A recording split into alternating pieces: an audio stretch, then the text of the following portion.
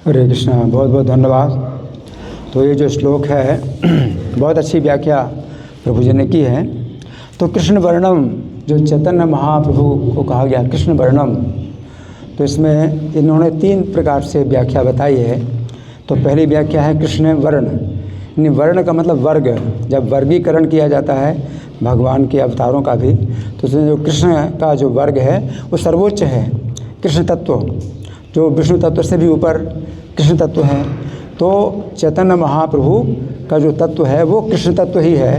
तो वर्ण का मतलब एक प्रकार से वो तत्व हो गया कि वो इस स्तर के हैं, कृष्ण के ही स्तर के हैं। जो दूसरे अवतार हैं वो कृष्ण के स्तर के नहीं हैं, उनके विस्तार हैं और अंश अवतार हैं, कला अवतार हैं, लेकिन कृष्ण तत्व नहीं है वो। लेकिन जो चैतन्य महाप्रभु कृष्ण तत्व हैं, तो कृष्ण वर्णम का एक मतलब ये हुआ। दूसरा कृष्ण वर्णम का मतलब ये है कि वो चैतन्य महाप्रभु के नाम में कृष्ण नाम के 2 अक्षर भी शामिल हैं। तो उनका नाम कृष्ण चैतन्य है, भारतीय या कृष्ण चैतन्य उनको कहते हैं। तो उनके नाम में जो है कृष्ण नाम के 2 अक्षर हैं वो भी शामिल हैं। तो दूसरा अर्थ ये हुआ। फिर तीसरा अर्थ है जो इन्होंने बताया कि कृष्ण का वर्णन करते हैं। कृष्ण वर्णम, वर्ण का मतलब कृष्ण का वर्णन करते हैं, तो हमेशा कृष्ण का वर्णन करते हैं चैतन्य महाप्रभु। तीसरा अर्थ। चौथा अर्थ क्या है कि कृष्ण वर्णम, वर्ण का मतलब अक्षर। तो कृष्ण नाम के 2 अक्षर हमेशा वो बोलते रहते हैं, उसको कहते हैं कृष्ण वर्णम।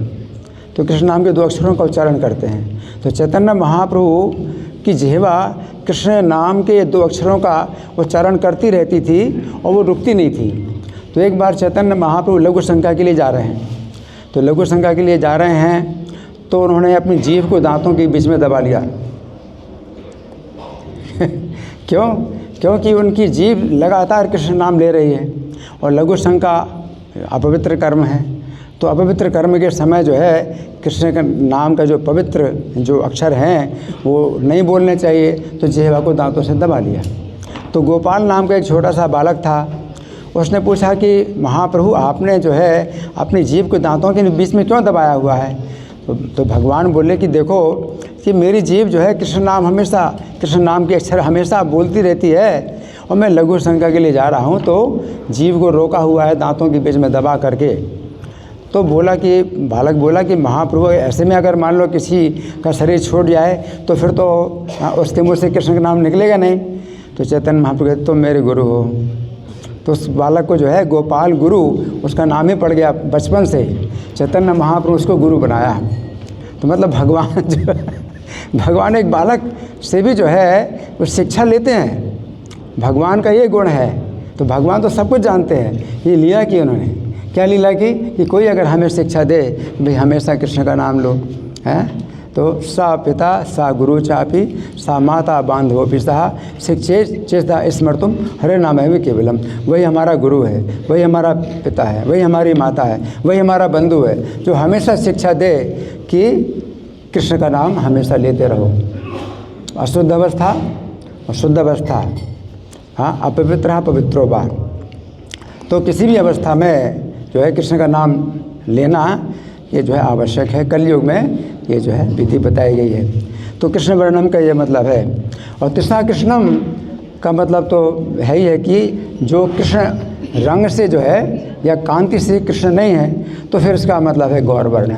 अगर श्यामल का अगर उल्टा अगर रंग अगर देखा जाए तो गौर है।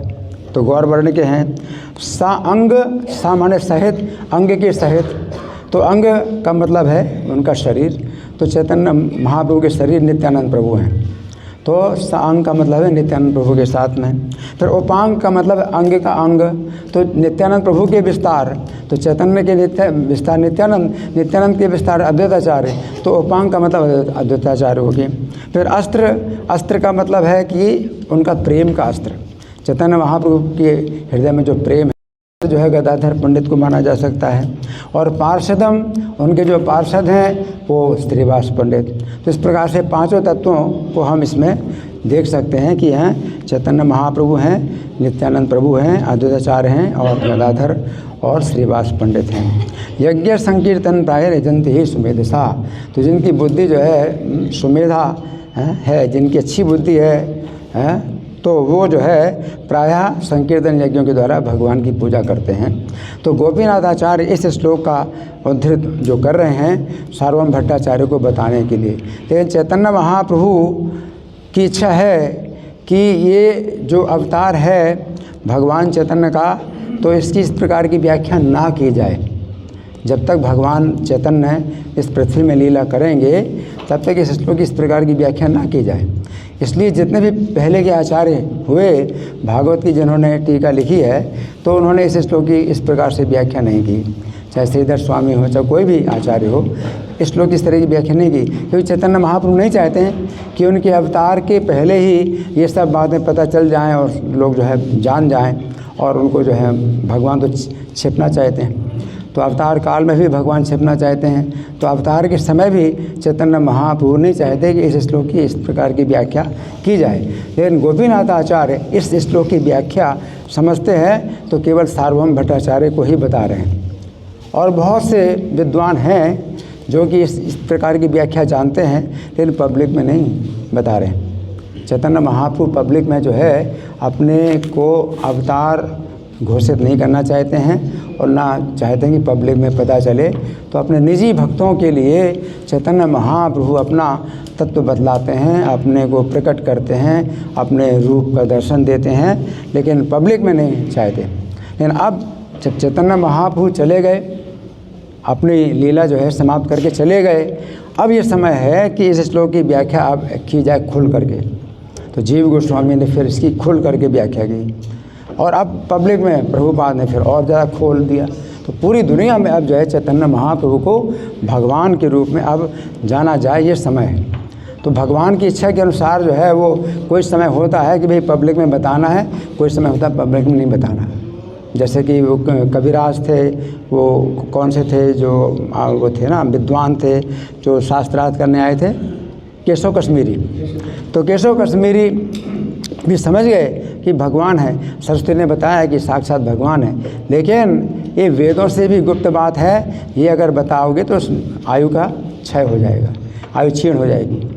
तो भगवान जो है जब जिस समय अपने को गुप्त रखना चाहते हैं, तो जो है यही आदेश देते हैं, जब तक मैं हूँ तब तक इसको पब्लिक में नहीं बताना।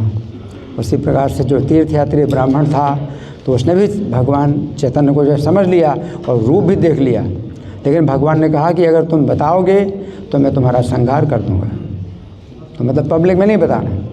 तो पब्लिक में जो है अब ये सब अब हमें बताना है, और खूब बताना है, और खूब इस बात का प्रचार करना है।